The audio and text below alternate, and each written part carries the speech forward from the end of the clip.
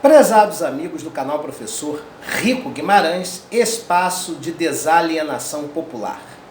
O caso Marielle Franco e a família Bolsonaro.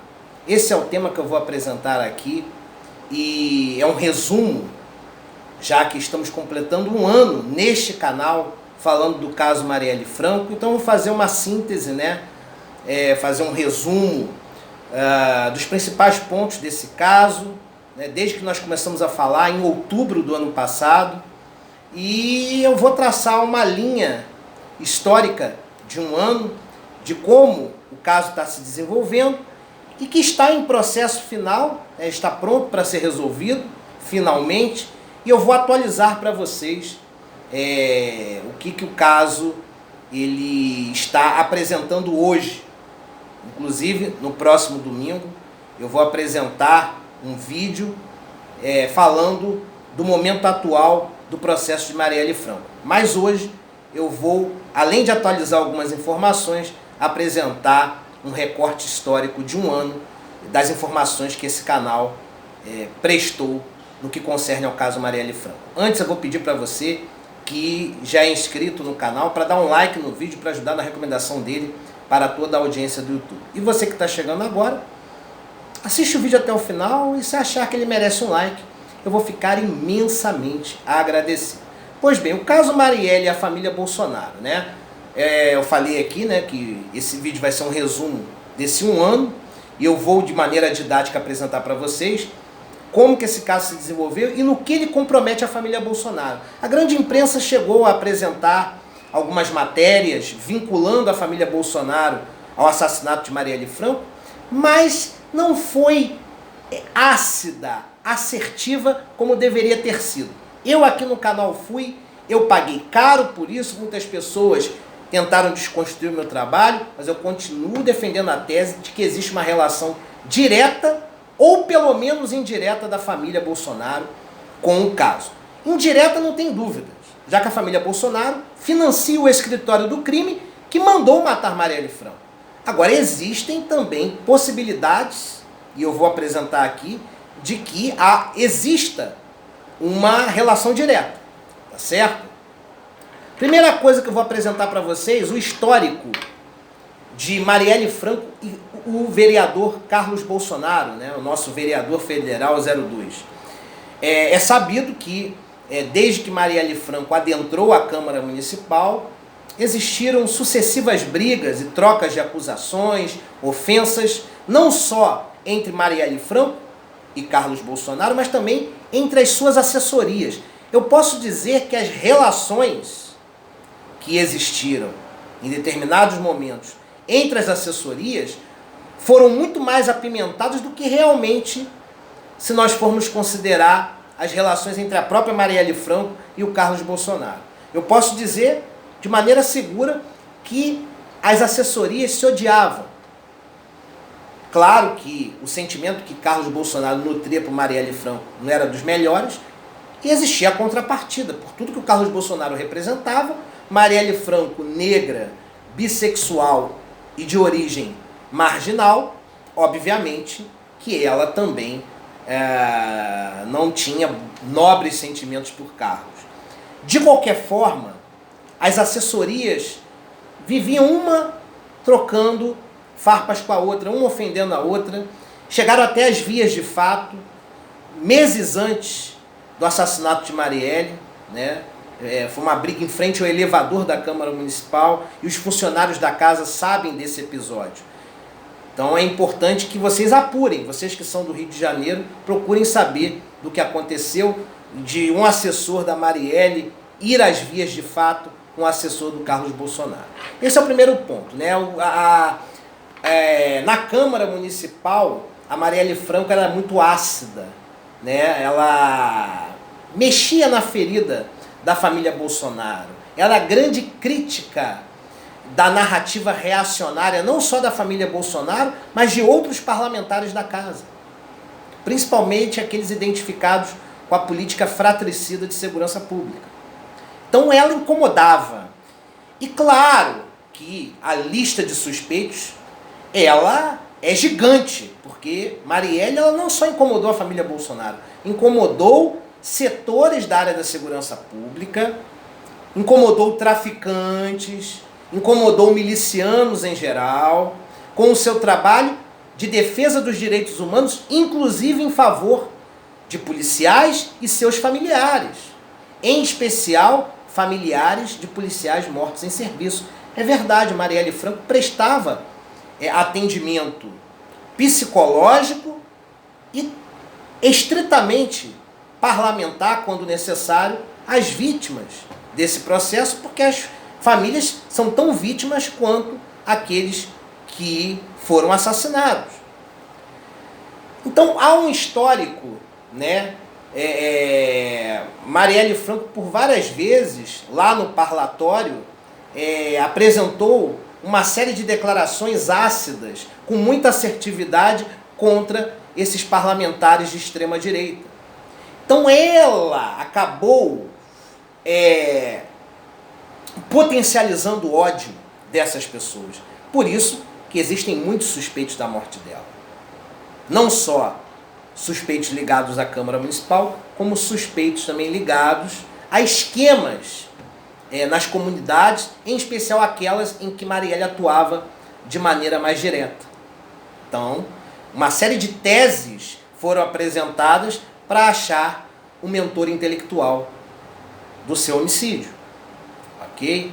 Então, realmente, nós temos que considerar os discursos de Marielle na Câmara Municipal, mas também o seu trabalho, até investigativo, para achar os culpados de mortes, não só de traficantes e de pessoas inocentes, marginalizadas nas comunidades, mas até de policiais que muitas vezes foram mortos por colegas de profissão, do mesmo órgão público. Então, fica isso registrado. Tá? Agora, no que concerne a investigação do caso, a polícia descobriu que Carlos Bolsonaro tinha uma amizade de mais de 10 anos com Rony Lessa, que foi um dos executores do homicídio de Marielle Franco. Uma amizade muito próxima, uma amizade que acabou gerando, pelos idos de 2019, uma série de desconfianças em relação a Carlos. Porque Rony Lessa era muito próximo da família, mas em especial próximo de Carlos Bolsonaro. Era uma amizade de confidentes, de pessoas realmente muito próximas, de trocas de ideias, tanto que a polícia identificou uma série de mensagens entre Carlos Bolsonaro e Rony Lessa. Agora, o teor dessas mensagens, eu não sei se elas de alguma forma comprometem Carlos Bolsonaro, só a polícia pode dizer. O que eu posso dizer também é que aqueles que estão investigando o caso foram devidamente ameaçados.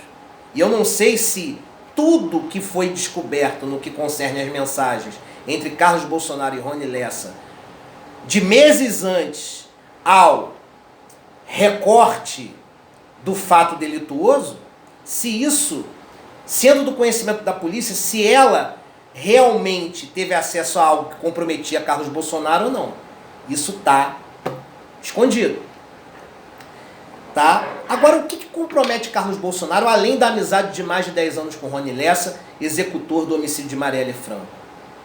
A tentativa de viciar a instrução criminal, que é o conjunto probatório, que por consequência vai gerar uma linha de investigação que vai levar ao mentor intelectual do crime. Carlos Bolsonaro tentou adulterar provas. Isso é muito grave. Ele sumiu com um computador pessoal, apagou uma série de arquivos de um notebook, deu sumiço em outro notebook de uso pessoal, sumiu com alguns computadores da própria assessoria na Câmara Municipal, apagou uma série de mensagens que tinha em redes sociais semanas antes do crime e também semanas que foram posteriores ao crime. Então isso tem que ser levado em consideração. Carlos meio que sumiu, pediu sucessivas licenças justamente no ínterim que envolve o fato delituoso contra Marielle. Quer dizer, ele pede licenças sucessivas do seu mandato na Câmara Municipal, meses antes e meses depois do crime.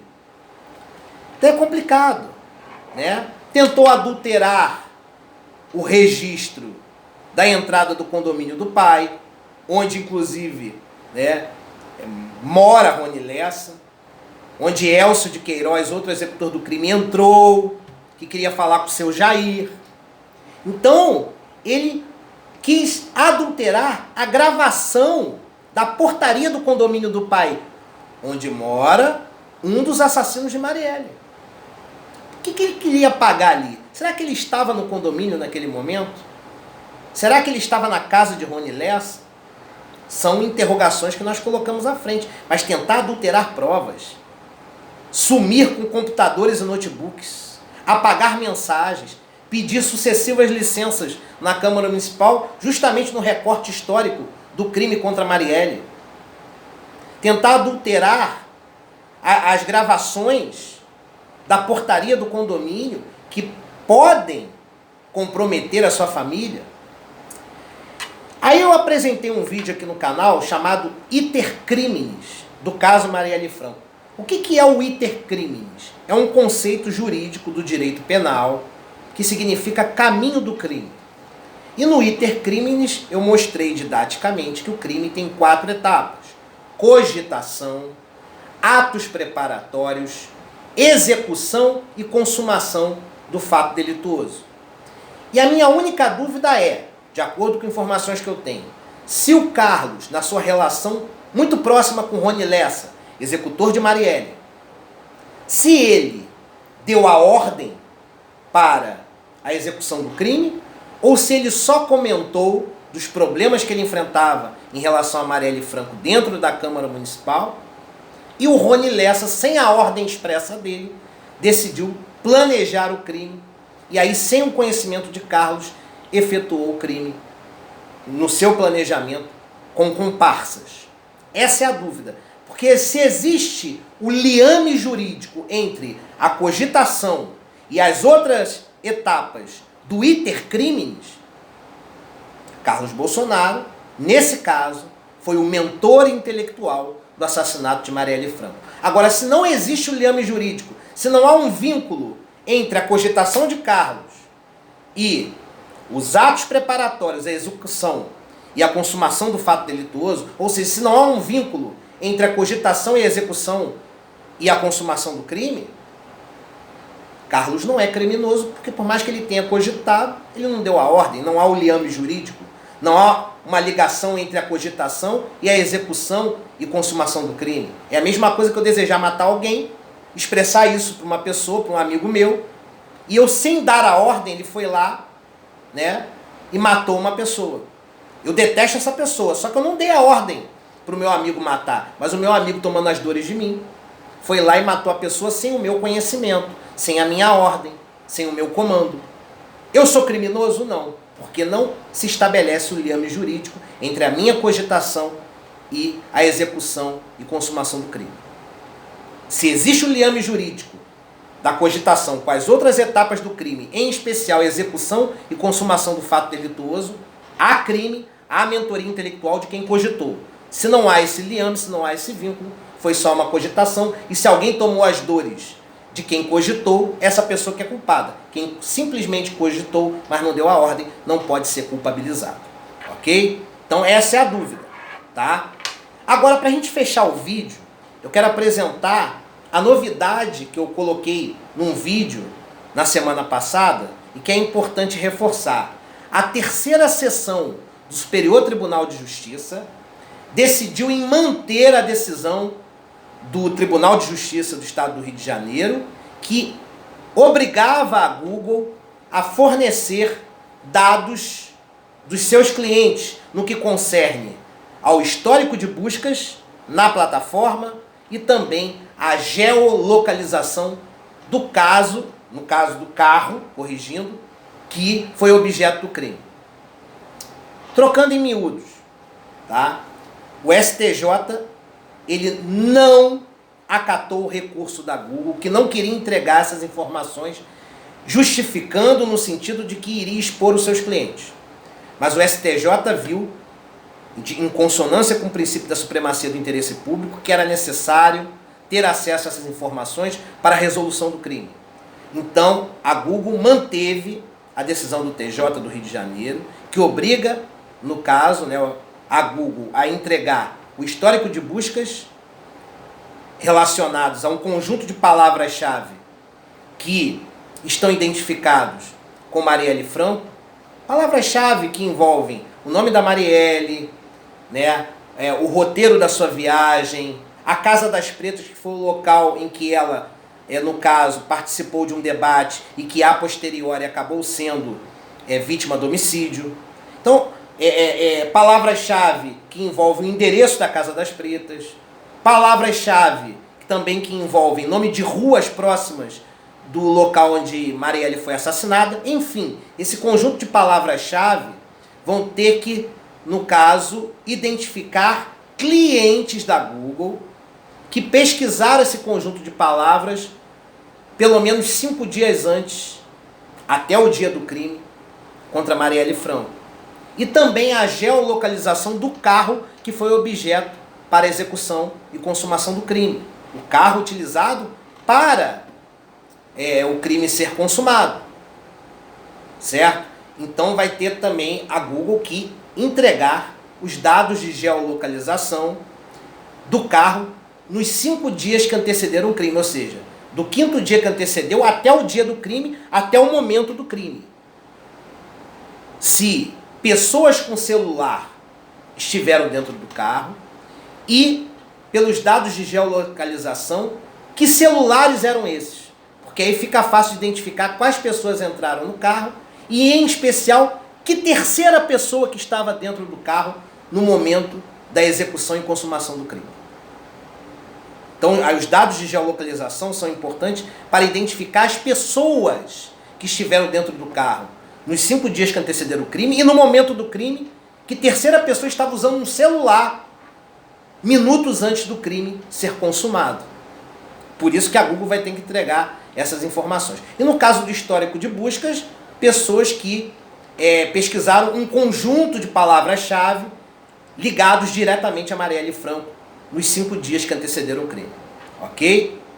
Provavelmente, né, acredito que talvez a Google recorra ao STF.